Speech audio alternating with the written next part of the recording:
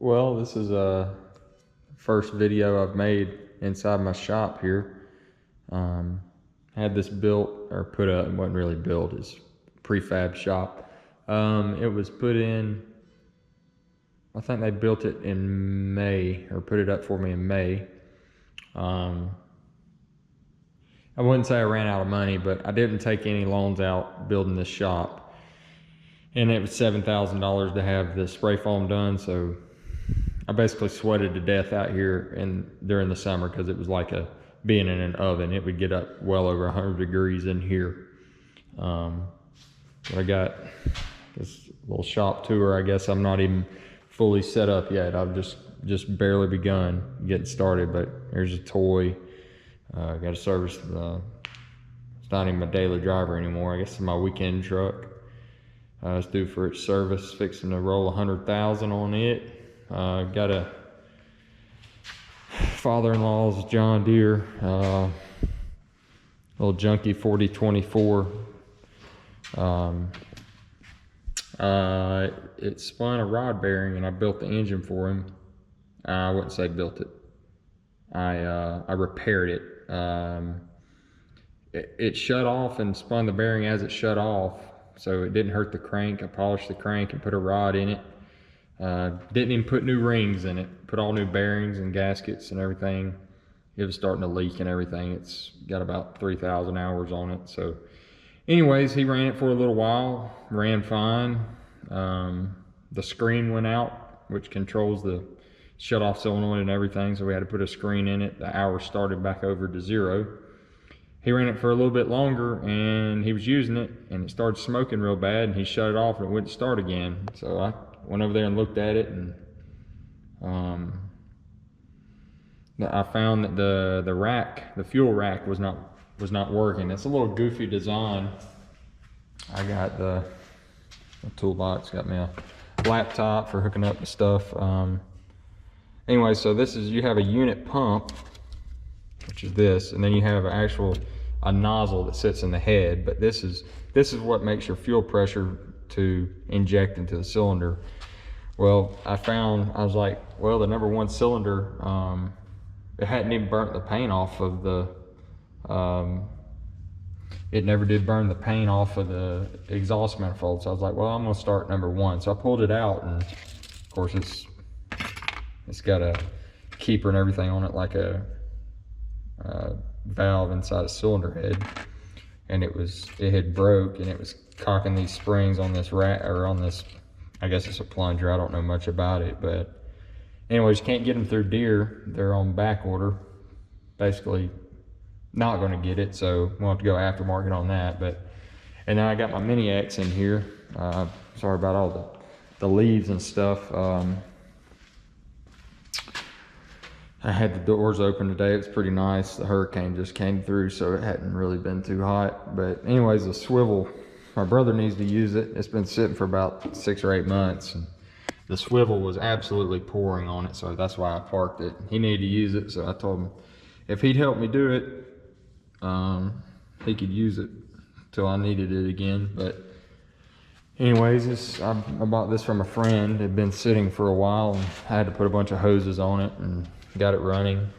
I've got a couple more things I need to do. I need to put a water pump on it. It leaks. I think this one's tight. The other one's not.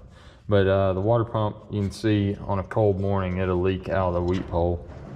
So need to do that.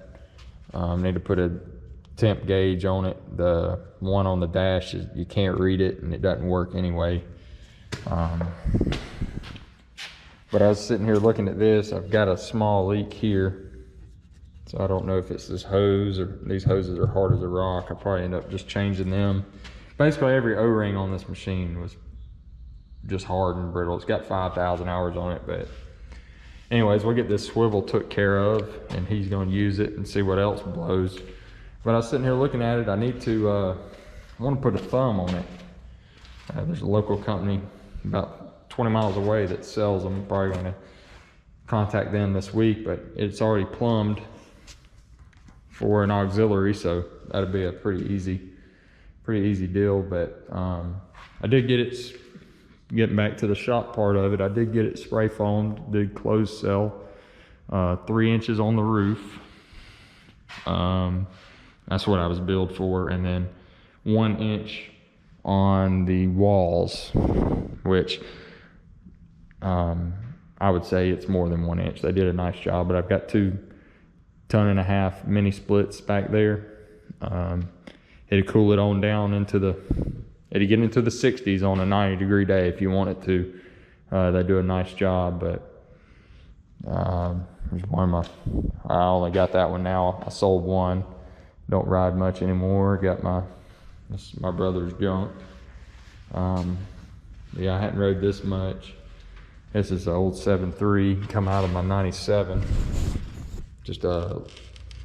I just keep it covered up. I actually covered it up when they spray foamed it. It's a good thing because that stuff got on everything, but it just needs a reseal, and I was gonna roll some main and rod bearings in it. It ran fine. It just leaked from the front cover, and I didn't know the history of the engine, so went ahead and built me an engine last winter, finished it up probably March, somewhere in there. Put it in, you know, when I built the shop. It was my first project I did. See what else we got. Just, you know, I haven't really got fully settled. There's gonna be a mezzanine here. The bottom of the, I guess the second floor will be just above those AC units. Hopefully that will be done pretty soon. Got a bunch of parts on top of my toolbox for the 63. Got all new teeth and new end shanks. They're wore out. I actually broke a tooth on it the other day, finishing up that job out there. And then I bought this is a radial seal air filter housing. Got it off eBay. Got a really good deal on that. I got the whole housing with brand new filters cheaper than I could even buy the filters for, because it had a couple dents in it, and you know, whatever. And then I got new tilt cylinder hoses. They're already built. Sorry, they're already built. I added this. This is some sheathing that goes over it. I had them just barely sticking inside the coupling there and crimp it, so you don't have to put zip ties or anything on it, but I think that's going to work out really nice. But yeah, it's a 30 by 40, 14-foot walls, so it's about, I think in the very center, it's about 17.5 or 17.5 foot. I can bring the 977 in here. I have to roll the bucket in the dump position, but it will lock out, and you can work on it in here. I've done it already. I serviced it. I didn't do a video on it, but anyways, that's what I've got going on in the shop right now. The 63 will be coming in. I've got one little small job to finish up. Well, I got to finish burning on this big job out here, and then I'm gonna bring it a little bit closer to home, do another small job with it, and then it's probably going to be in for the winter. And I've got to do some pretty serious repairs on it.